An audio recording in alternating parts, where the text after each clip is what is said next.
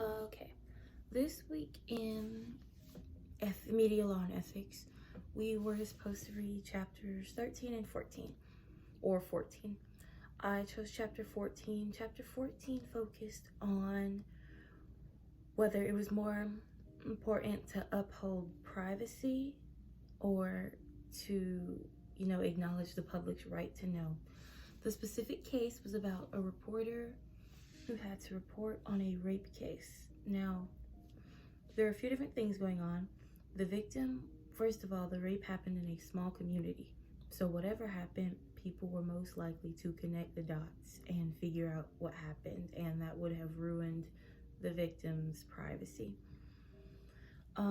Also, with the rape, the victim was 16 years old, so she was a minor. So generally, rape victims' names aren't disclosed anyway, but especially when it's minor.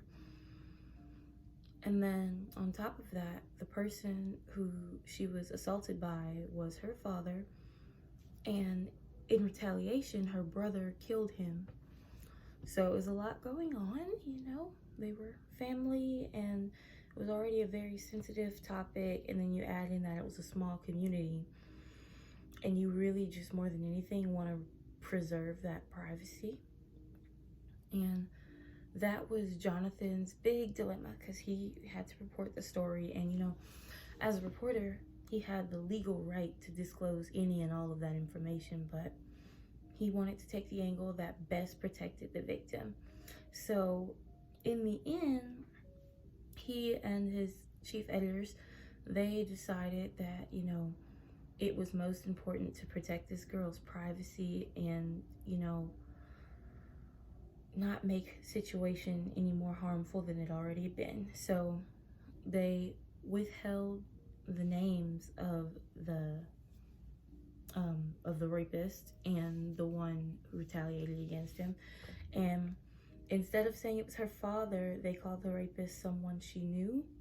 And instead of saying her brother was the one who killed him in retaliation, they said a relative. So that made it a lot better. And they also withheld the name of the street.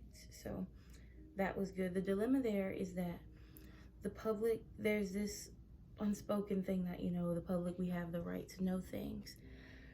However, it was more important to protect privacy in this situation because, normally I'd say, well, you still need to say the name because the rapist still lives in that neighborhood, but he doesn't. He's dead now. He's been taken care of, so that fear no longer exists. So I think they did the exact right thing in this situation, and I think ultimately it benefited the victim. I think in a real life situation, if I were in the same type of situation, I think I would probably try to do the same thing because, she's so much has already happened to her, so privacy is the biggest thing at that point.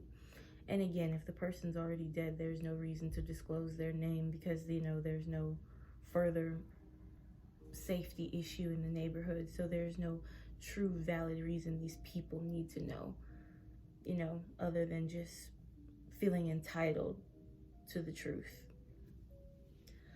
And, I think he made the right decision. And I think if I were put in the situation, I would have made a similar decision. So, yeah, I really appreciated this week's reading, and I will see you guys next week. Bye.